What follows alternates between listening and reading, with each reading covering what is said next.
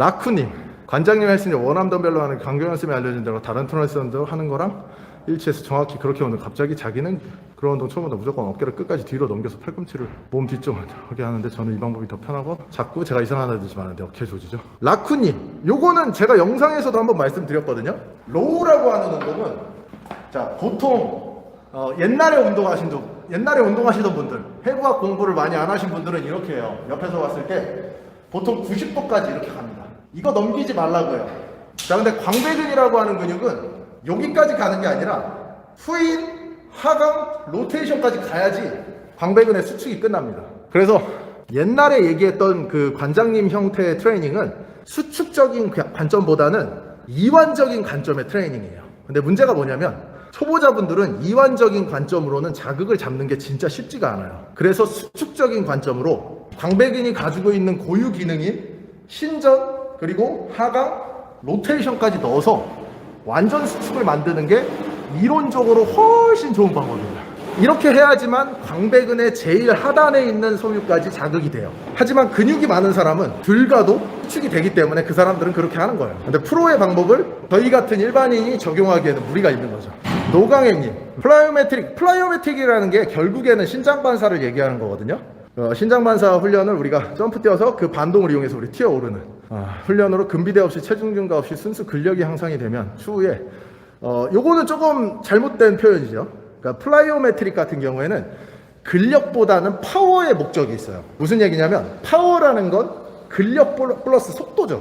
그래서 플라이오메트릭 같은 형태의 이런 반사 트레이닝, 이런 뭐랄까 보통 스포츠 선수들이 하는 신장 반사 트레이닝은 파워를 향상시킬 수 있고, 그리고 근력은 말 그대로 스트렝스를 해야 되는 거고요. 5 곱하기 5 같이 스트렝스를 향상시키는 말 그대로 근력 트레이닝이죠. 그리고 근비대 훈련은 이제 그 8에서 보통 12회 정도의 신장성 수축을 추가하는 그런 트레이닝이 이제 등장성 트레이닝이 되는 거죠. 그리고 그 순서를 굳이 따지자면 완전 초보자예요. 완전 초보자라면은 근비대 훈련을 조금 더 추천드립니다. 제일 쉬워요. 스트렝스는 너무 힘써야 되니까 어렵고 부상률이 높고 자세도 모르고, 플라이오메트릭 같은 경우에도 신장 반사를 쓰기에는 내 근육 관절의 힘이 약해요. 그러니까 처음에는 가장 안정적으로 할 수 있는 게 웨이트 트레이닝이죠. 그래서 우리가 기초 훈련이라고 하죠. 기초 근력 운동이라고도 표현하는 이유가 이렇다 할 크게 테크닉이 필요 없어도 노인분들부터 어린아이들까지 충분히 할 수 있으니까. 대형근, 소형근 살짝 찍는 게 좋나요? 아니면 이준호 선수처럼 확 드는 게 나나요? 이거 지금 모양에 따라서 달라요. 그러니까 보면은 피지크 선수들이 어떤 선수는 견갑을 올려요. 이렇게 견갑을 완전히 올려서 잡는 선수들은 광배 하부가 자신 있는 거야. 그러니까 광배근 하부가 엄청 넓어요. 그럼 얘를 올리면 더 넓어져. 근데 광배 하부가 자신이 없어요. 나는 광배 중부가 자신이 있어. 그럼 완전 거상이 아니라 얘를 약간 눌러서 수축을 시켜버리는 거예요. 반대로. 그래서 그 선수들마다 거상을 더 하는 사람이 있고 하강을 더 하는 사람이 있어요. 이준호 선수가 약간 거상을 좀 시키는 스타일이죠. 스쿼트 할 때 깊이는 어느 정도 추천하시나요? 실험님, ATG로 계속 하는 거 괜찮을까요? 실험님, 스쿼트 할 때 제일 추천드리는 게 스쿼트가 뭔지를 먼저 반드시 이해하시라고 말씀을 드려요. 그러니까 스쿼트라는 건 결국에 쪼그려 앉는다는 뜻이에요. 스쿼트. 이 쪼그려 앉는다는 뜻이 말 그대로 똥 싸는 자세를 의미해요. 그래서 미국의 푸세식 변기를 스쿼트 토일렛이라고 불러요. 그 스쿼트 토일렛, 말 그대로 똥 싸는 자세가 스쿼트가 가지고 있는 가장 본질적인 가동 범위를 의미해요. 그래서 A to G도 S to Glass라고 부르죠. 그러니까 똥꼬가 잔디에 닿을 정도의 깊이라고 얘기하는데, 이게 쉽게 얘기하면 똥 싸는 자세를 의미하는 거예요. 그래서 관절이 건강한 사람이라면, ATG의 가동 범위가 나오는 사람이라면 당연히 ATG를 하는 게 맞는 거예요. 근데 문제는 요즘에 사람들이 그 양변기에 발달이 되면서 푸세식 변기, 스쿼트 토일렛을 안 하죠.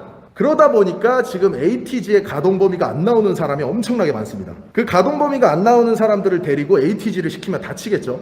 그래서 요즘에는 가동 범위를 제한하는 방법도 트레이너들이 티칭을 많이 하는데, 사실은 그게 그다지 좋은 방법은 아니다. 왜냐하면 사람이 가지고 있는 원래 기능을 발현할 수 없기 때문에. 이렇게 이제 정리를 할 수 있을 것 같아요. 제가 먹는 보충제는 되게 많아요.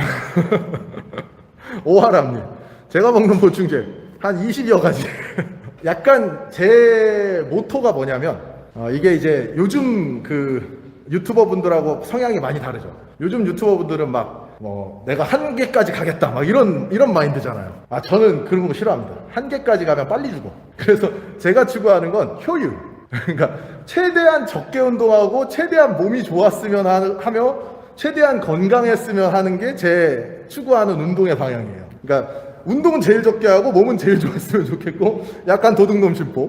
그래서 영양제를 많이 먹습니다. 뭐 대표적으로 ZMA, 뭐 속이 안 좋을 때는 판크레아틴도 먹고 I3C 같은 호르몬 부스팅 뭐 이런 것도 먹고 뭐 타우린도 먹고 부스터도 먹고 BCA도 먹고 글리타민 먹고 단백질 보충제도 바쁘면 먹고 뭐 멀티비타민도 먹고 아무튼 많이 먹습니다. 그리고 제가 이제 이거는 꼭 말씀드리고 싶은 게 있어요. 보충제를 먹을 때 많은 분들이 요즘에 보충제 그냥 사서 드시는데 최소한 논문을 한 번이라도 검색해 보세요. 진짜 이게 좀 안타까워. 논문을 한 번만 검색해 보면 그 성분을 그냥 구글 같은 데 검색하면 다 나오잖아요.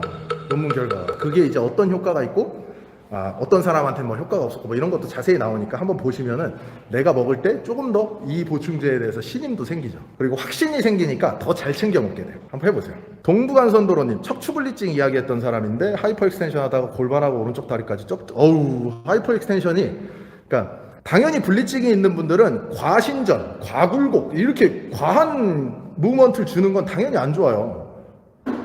어이구, 이건 되게 위험하신 건데. 지금 이제 동부간선님이 얘기했던 뭐 척추 회전근, 그리고 멀티피더스 같은 그런 다혈근, 그리고 우리가 코어 트레이닝이라고 하죠. 코어 트레이닝 같은 경우에는 일단은 가장 기초적인 게 플랭크 같은 게 있는데 플랭크를 거꾸로 뒤집어서도 할 수 있거든요. 뭐 리버스 플랭크 이런 동작들도 괜찮아요. 그래서 일단은 코어 트레이닝을 먼저 하셔야 돼요. 누워서 아주 간단한 거. 그러니까 내가 누웠다고 가정해서 팔을 들고 다리를 들고 같이 들어보고 제가 누워있는 거예요. 누워있는 걸 가정해서 이렇게 사지를 움직여보는 그런 트레이닝을 한 다음에 코어에 힘주는 훈련하고 호흡 훈련하고 요걸 이제 순차적으로 쉬운 거부터 그러니까 호흡을 먼저 하고 팔다리를 들어보고 팔다리가 들어지면 그 다음에 이제 내가 신장성도 약간 줘보고 그걸 이제 근데 이게 이거 PT 받으셔야 돼.